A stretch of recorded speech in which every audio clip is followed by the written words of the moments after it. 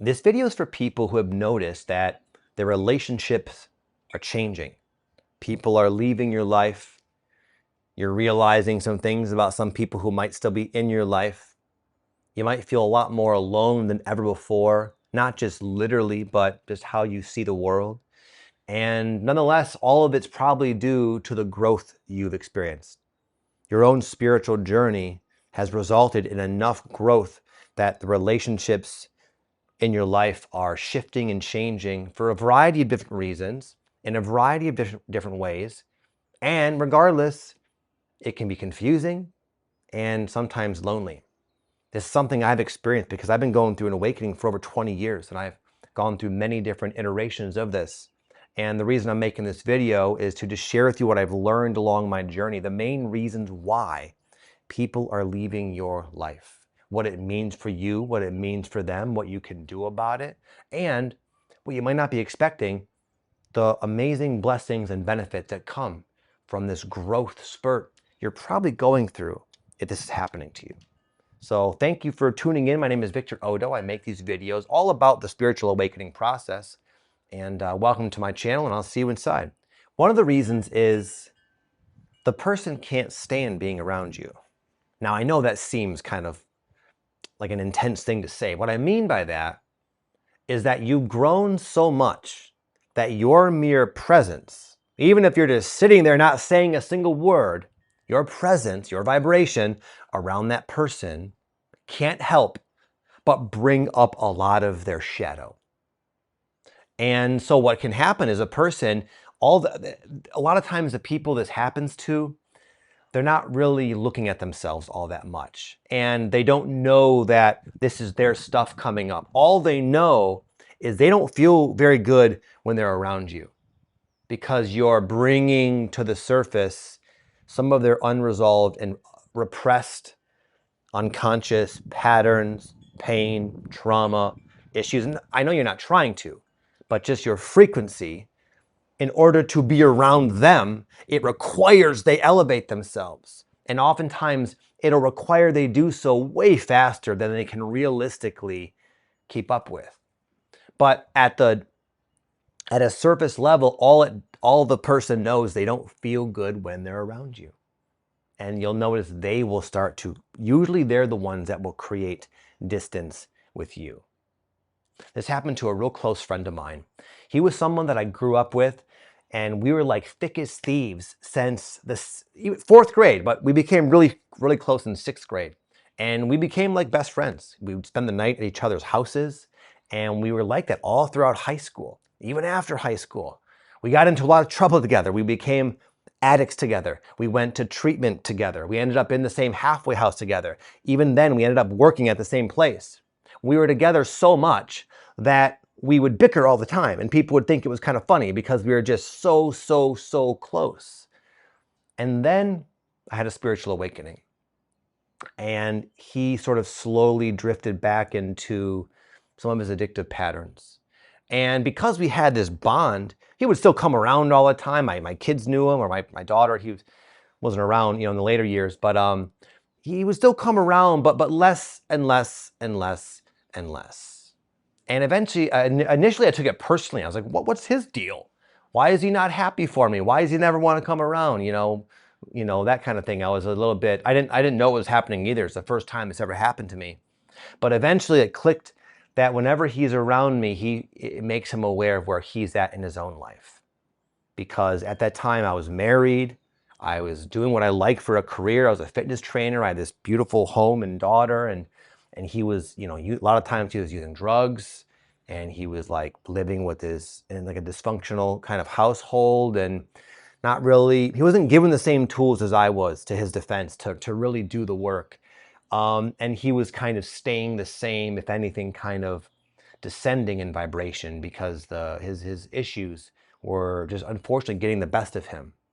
But this resulted in a very natural separation. There was never once an abrupt argument or something. We just stopped talking. And then every time I'd think to talk to him or call him, it always just felt wrong. It always just felt like the message was just accept. It ran its course. Let him go. And unfortunately, he eventually passed away from the alcoholism. And now, ironically, we connect more in spirit, in the dream world. That's a whole other video, though. But the point is, you might have people in your life like that can't keep up with your growth. And it's not that you're a bad person, even though sometimes they'll make you feel that way. It didn't happen in this particular case, but I've also had it where the same phenomenon was taking place. And because I was bringing up people's issues, they were blaming it on me. And they got mad at me and resentful, and it would like be projected at me. It's happened many times in my life, especially as a coach and a YouTuber and just bringing different people into my life, into my business. Unfortunately, it's been something I've had to deal with quite a few times. And that's why I'm communicating it to you now, because for a while, I would blame myself. Why am I pissing people off? Why are people sort of like flying out of my life and then being really mad at me for like no reason I can discern whatsoever as a result, until I finally just noticed that there's this phenomenon of how they feel around me. So you might be going through that as well, and it can sometimes temporarily make you feel kind of alone. Like, well, where am I going to go now? I don't have any friends. This is happening to maybe several people in your life. But here's the thing. As some leave, there's always new ones to come in and replace them. And the ones you'll attract, if you can let the others go, which is not easy, but once you do, you'll start to attract people who are more at your wavelength. And they can come in all shapes and sizes, my friend, all different ages and forms. You never know. You never know where your soul brothers and sisters are hanging out around you. And it can really be an eye-opener and really neat once you start to see that life can bring you amazing people you're meant to travel at least part of your journey with, people who you probably knew before even coming here. And that's like the beautiful outcome of what can be sometimes confusing and painful falling out. Another reason is that you're just meant to go in different directions. You know, I personally have gathered and think and believe, have a strong intuition, that we have a lot of soulmates. A lot of people probably here right now that you've traveled through many lifetimes with, soul families scattered along the globe. And we're all eternal beings. This is all like a temporary, very little blip of time if you look at it in the context of the soul's journey. So while us mortals feel like, no, we're gonna be close forever, it's like, no, maybe you've just sort of wrapped up whatever your agreement was with this particular individual, and there's nothing, not that you're outgrowing them or they you, it's just that now they're going to go this way and you're going to go this way, where for a time you went parallel to one another and it made sense and it worked out. Nothing wrong with this. This happened to me as well. Going back to my addiction days, another beautiful way that life has always showed me that it can bring me the people I'm meant to be with. When I first went down to Florida to get clean from heroin, this is something I talked about before, I won't get into the details, but I grew up in Michigan and became addicted to heroin, and I couldn't get clean. I went to rehab a bunch of times, so eventually I realized I have to get out of here. And I moved down to South Florida, not knowing anybody. Yes, my other buddy eventually did come, but for about 6 months, it was just me in this new state, new people, and the second roommate that I was sort of paired up with was this guy named Shia. And then I met this other guy named Guy, and we ended up rooming together through all the different like phases of this Boca house where I once stayed. There's 3 phases, and I had a bunch of different living situations, and we ended up going from like house to house to house together. Out of 300 people, just kind of randomly put together with these people. And I wouldn't be clean today if I did not meet these people. These people, to this day, if I need them, I could text them and they'd probably fly out here to see me. And I haven't talked to them, some of them in years. These are people who there's like this unspoken knowingness, this sacred brotherhood, this loving bond where we were there for each other when we needed each other. We needed each other, all of us. We're all addicts, all of us horrible junkies, down and out, could not get our shit together. And we met up, and because the stars aligned and we were meant to like support each other, it was almost easy. Like going back and relapsing wasn't even a question. And I lived with these cats for about 2 years. And whenever I think about them, I honestly feel thankful in my heart for God's ability to just for their existence, honestly, as sort of silly as that sounds. And and then there were times. Then when I moved back to Michigan, when I moved away, when it was time to leave the halfway house, it was just hard to stay connected. And it wasn't like, it was just like this unspoken thing. Like we all kind of knew. We all kind of knew. Like we had our time in the sun. Our union together served a purpose, but we were not meant to go any further that intimately. The soul contract was fulfilled. We got what we all needed, and they're all doing great. And I've talked to them a few times in the last 20 years, but it's it can sometimes be that way where you don't have to fight and cling to a relationship just because someone's going one way and you're going the other way. You don't have to blame yourself. You don't have to blame them. You don't have to beat yourself up about not putting in more effort, which is what I did. I thought, man, you let these amazing relationships slip out of your fingers because you were too lazy to reach out. But the reality is, every time I thought to reach out, which were many, I just knew. I just somehow knew all this. I had this strong knowing that this is just not appropriate. They're good. You're good. And it's going to be a lot of force. It's like imposing my mind's will of how things ought to be, involving other human beings and fate. It's a recipe for confusion and resistance and struggle. And I just somehow knew better. I somehow knew to kind of like appreciate them and let them go off. Let them go off and play out their karma, do the earth thing for a while. When we all fall, we'll probably hang out again. Maybe we'll spend more time together in the next lifetime. Maybe we'll go 5 lifetimes apart. Who cares? We're eternal beings. It's all good. And just to kind of give you one little fun little synchronicity that happened with one of these people recently, I was going through one of my own relationship falling aways with someone who was in my life for a long time, and the relationship sort of changed to my surprise. And I found myself, I don't know, maybe like a few months ago, just feeling very alone, feeling very like, just very alone, I would say. I have a family, I'm blessed, but like lacking in the friendship department, just like I felt alone. And during this time, I wondered, like, man, why do I have to be alone? I was kind of complaining in my head, not feeling very good about it. And then one of those guys, Shia, this cool dude from New York, he sent me a text and just said, "Hey Vic, I've been thinking about you, man. Just want to say what up." And that was it. I said, "What up?" And that was about it. But it was like, I haven't talked to him in probably 5, 6, 7, 8 years. And at a time I needed someone, he just thought to text me. It really was a reminder to me that we are very much never alone, that we have a lot of soulmate friends out there, even if they're not, you're not working with them, or they're not living with you, or in your neighborhood. They're out there. You got them. You got the support, and so do I. So I just wanted to share that with you in case any of you feel this way, which some of you might. If you click on a video like this, I assume maybe you're like, what the hell's going on with my relationships? Why am I so alone? Why is this happening? But so that brought me a lot of hope, and hopefully it does you as well. Here's the good news, guys. A lot of times it's temporary. A lot of times because you need to be alone.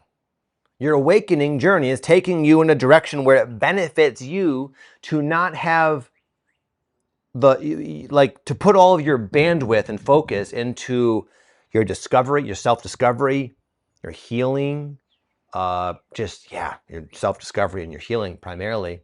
And a great or challenging relationship takes up a lot of energy and a lot of bandwidth, and there's nothing wrong with that. It brings with it so many blessings. At the same time, it's very easy to start living for other people and to start neglecting yourself, or just maybe you just don't have the time and like the headspace to really look within to the depth that maybe you would benefit you at this particular time in your journey through life.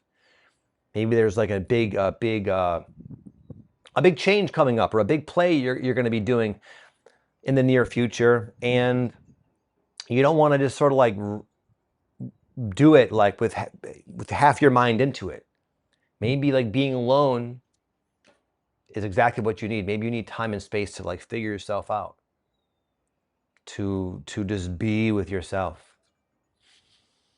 Find out where you want to go. Find out what kind of people you want in your life. Find out what type of friend you're being to others, and how you could show up even more, maybe, whatever it is. It could be a lot of things, obviously. But the point is, throughout the awakening journey, and I tell you this not from my own experience only, but from coaching so many people, it's like built into it. Every spiritual awakening is kind of unique in many ways, but there are some common experiences that I've seen with pretty much everybody. And one of them is where the seeker at some point, usually several points, finds themselves surprised at just how alone they are. No one gets it. I don't even get it. I don't even know who I am. I don't even know what I want. Where's everybody? I'm extremely lonely and I need support. There's value in that, because you start asking those big questions, you start getting big answers. Well, who am I? Where do I want to go? And once you might have a different answer when you take the time and the space to really think about that deeply. And the answer you find is going to be something a lot more connected to your truth. Where if you rush it, if you try to hang on to all the relationships, trying to leave your life and keep up with all the different things you have going on, you might think you're somebody you're not. You might miss out on the opportunity to discover parts of yourself that are going to be awesome. The self-discovery process is very interesting because on one hand, a lot of it is discovering stuff about yourself you don't like. Oh my God, I'm a mess.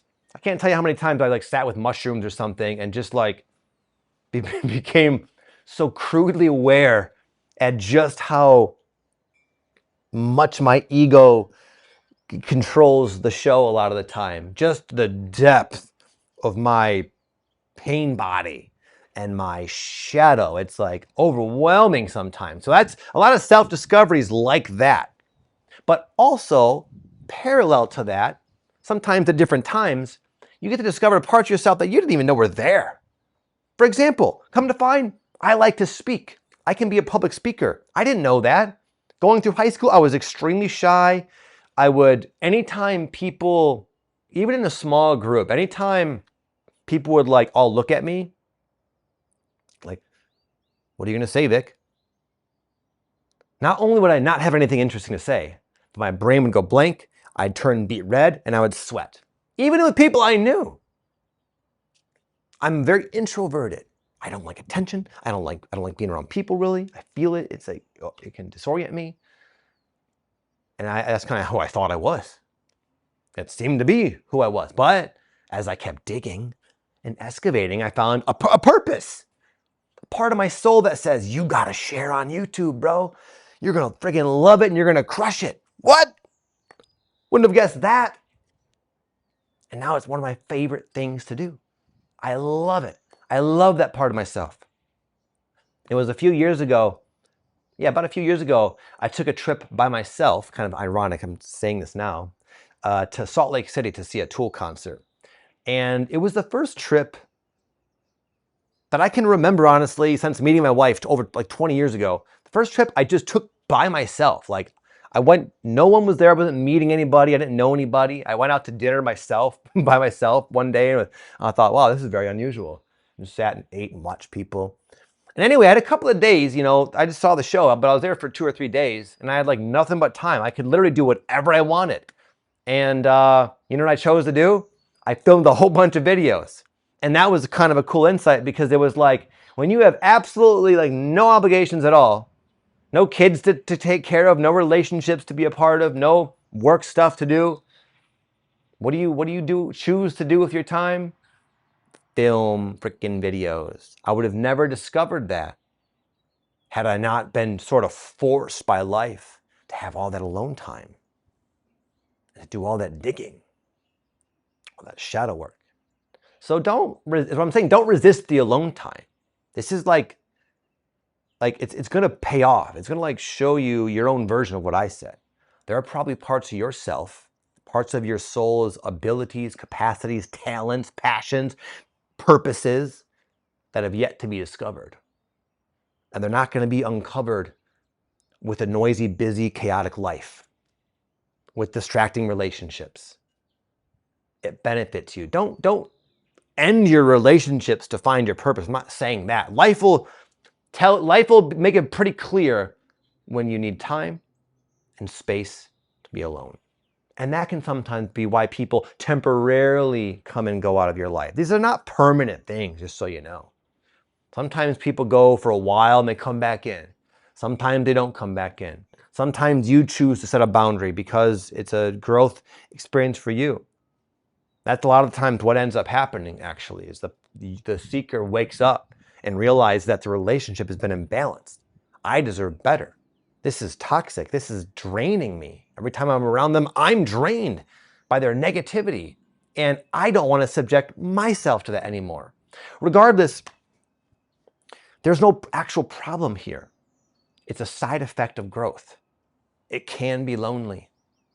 It can be challenging, but there's a purpose behind it. Another time this happens in kind of an accelerated way, the final thing I'll say, is when you're really coming into your power. Once you have like your own like growth spurt, and you know, growth sometimes isn't this like incremental, linear thing. It's like we take these jumps, we go inward, and then we expand out. And one of your outward expansions into your power, maybe you're uncovering parts of yourself, parts of your purpose, some of the light you have within yourself that wants to be expressed. Oftentimes, this is what will sometimes start to change the scene. Either you'll go in a different direction for the reasons I said, or you'll have to set a boundary with people. But it's a very common thing. The more you grow, the more this is going to happen. That's like the bad news, at least I've noticed, and I've learned from other people as well. It's not something that slows down, unfortunately. In fact, one time my wife and I we were talking to these friends of ours who are like medicine people. They run Ayahuasca ceremonies. We've known them for years. And we are going through some of the things I was just sharing, you know, some different versions of what I talked about today on the video with you. And we were feeling very lonely.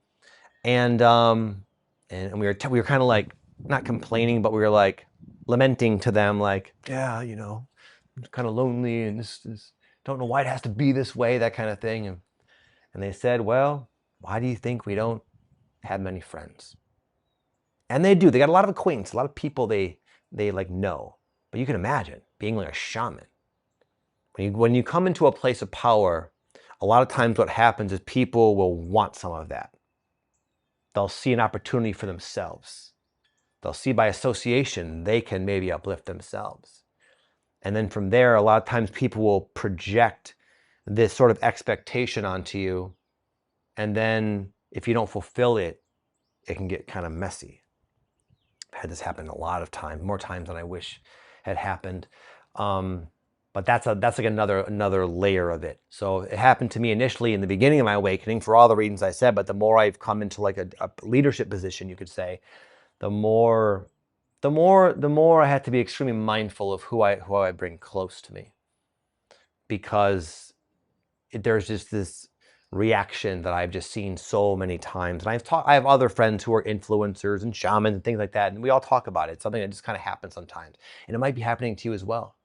And you might be wondering, like I did, like, why does it have to be this way? This is kind of lonely at times. It is in its own way, but it is what it is. If that's the role you came to play, then it's the role you came to play, and there are benefits and there are disadvantages to anything in life. But nonetheless, it's just part of it, and I thought it might be good to kind of talk about it in case you can relate with that. But finally, just to say, life is always there for you. Relationships come and go. People come and go out of your life. You change, they change, your situations change, you move, they move. All these things happen. And we can sometimes, as we're transitioning, find ourselves a bit worse off than before. I had a bunch of friends and now I'm alone. This is bad. But then what life will do is it'll kind of bounce back and bring you new upgraded friends who are more resonant with the current version and vibration of you. And then that'll change and come with its challenges and things like that. But life has always got you. In fact, I'll just leave you with this. There was a time, for about the last 5 years, honestly, I went back and forth, like very seriously contemplating having a fourth child, because I just love my children. I know in this lifetime I was meant to be a father, and I love it so much. And my kids are getting older so fast, and I was getting kind of sad, and as they're kind of going off and doing their thing, and usually around then is when I would say, I want to have another child, honey. And, we'd go back and forth, back and forth, back and forth.